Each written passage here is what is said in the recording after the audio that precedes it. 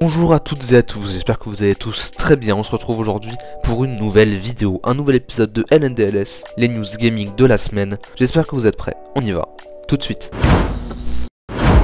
Pour commencer, on a appris cette semaine que l'équipe de développement Skydance New Media était en train de travailler sur un jeu Marvel avec Amy Hennig. Elle avait travaillé sur les jeux Uncharted et apparemment ce jeu serait donc un jeu narratif, action-aventure, Marvel, AAA, donc un gros jeu. Enfin un gros jeu Marvel qui n'est pas fait par Insomniac, on se demande quand même ce que ça va donner, parce que Insomniac a quand même fait des jeux excellents en ce qui concerne le monde de Marvel, et d'après les rumeurs ce serait un jeu Daredevil. À voir si c'est vrai ou pas déjà, et ensuite à voir comment ce sera fait, sachant que Daredevil est un super héros aveugle. Ça peut être très intéressant à voir, si c'est le cas moi ça me hype beaucoup, surtout qu'en ce moment je suis en train de me refaire la série Netflix Daredevil qui est pour moi une des meilleures séries Marvel, surtout la saison 3.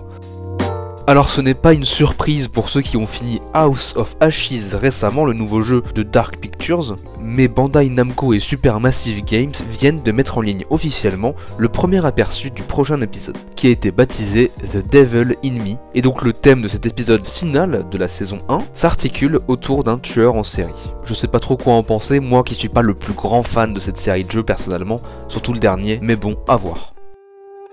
Pour fêter la sortie du nouveau Call of Duty Vanguard, la nouvelle carte de Warzone sortira le 2 décembre et ça fera entrer Warzone dans l'ère du Pacifique. Du coup, connaissant un peu l'histoire d'Activision, j'ai un peu peur que ce soit juste un skin enneigé de la même map comme ils avaient fait avec le dernier Call of Duty, Cold War, qui avait juste eu un skin un peu années 60-70. Je pense que ce sera à peu près la même chose, mais ça sortira le 2 décembre.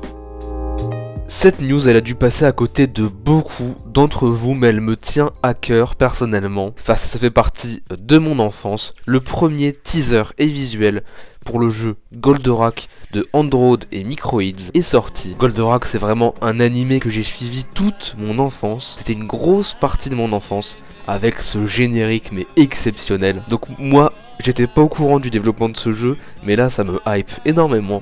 Alors personnellement pourquoi pas, et s'il y a d'autres fans de Goldorak, n'hésitez pas à vous faire connaître dans les commentaires, ça me ferait plaisir de voir que je suis pas tout seul. Et le jeu est censé sortir en 2023. Le jeu eFootball, donc le jeu qui a remplacé les jeux PES chez Konami, continue dans sa descente aux enfers. Car après des centaines de bugs au lancement, la tant attendue première grosse mise à jour a été reportée et n'arrivera pas avant le printemps de 2022. C'est encore une fois une douche froide pour ce projet qui avait plutôt bonne mine au début, parce que c'est vraiment ce qu'il faut faire pour moi pour ces jeux de foot annuels, parce que soyons honnêtes, faire payer des gens 60-70 € tous les ans pour les mêmes jeux avec que quelques améliorations mineures, des toutes petites mises à jour, c'est vraiment de l'arnaque. Mais bon, là pour le coup ça n'a pas du tout marché ce projet, c'est dommage. On a aussi enfin eu la date de sortie pour le personnage de Spider-Man dans le jeu Marvel Avengers. Il arrivera donc le 30 novembre avec différentes améliorations. Ça sortira exclusivement sur PS4 et PS5. Depuis le début, c'est un personnage exclusif à PlayStation. Je sais vraiment pas si ça a valu le coup d'avoir une exclusivité sur ce personnage au vu du succès qu'a eu le jeu qui était presque inexistant. Surtout 2 semaines après sa sortie, qui n'ont plus personne n'y jouait, tellement il était plein de bugs. C'est dommage, j'espère que le personnage pourra faire revivre un petit peu le jeu quelque temps. Je l'essaierai, ça fait longtemps que j'ai pas joué au jeu. Cette semaine, Bandai Namco a enfin dévoilé du gameplay d'Elden Ring, le nouveau Souls-like, et c'est franchement impressionnant, le monde ouvert a l'air immense. Il y a une grosse variété des ennemis, il y a une grosse variété des attaques possibles, ça a l'air vraiment sympa. En espérant que From Software nous offre un nouveau Souls-like exceptionnel comme ils font d'habitude. Pour rappel, ça sortira le 25 février 2022. Mois de février qui sera d'ailleurs extrêmement chargé en jeux vidéo. EA a également dévoilé une nouvelle vidéo de gameplay du mode de jeu Portal de Battlefield 2042. Pour rappel, ce mode de jeu de Battlefield 2042 sera un peu un mode bac à sable. En fait, on pourra retrouver certaines périodes de Battlefield, de certains jeux comme Battlefield 1942, Bad Company 2 et Battlefield 3, en plus de Battlefield 2042. Et on pourra donc s'affronter entre deux époques différentes sur d'anciennes maps ou des nouvelles maps, c'est comme on veut. C'est vraiment un gros bac à sable. Et ça a l'air plutôt fun. Moi je suis très hypé par ce Battlefield. C'est pas la première fois que je le dis. Et pour rappel, le jeu est prévu pour ce mois-ci, le 19 novembre.